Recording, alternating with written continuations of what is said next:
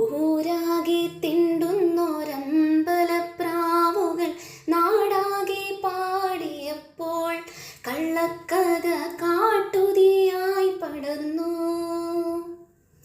കാകരെ സ്നേഹിച്ച കാവളം പെൺകിളി കഥയറിയാതിരുന്നു.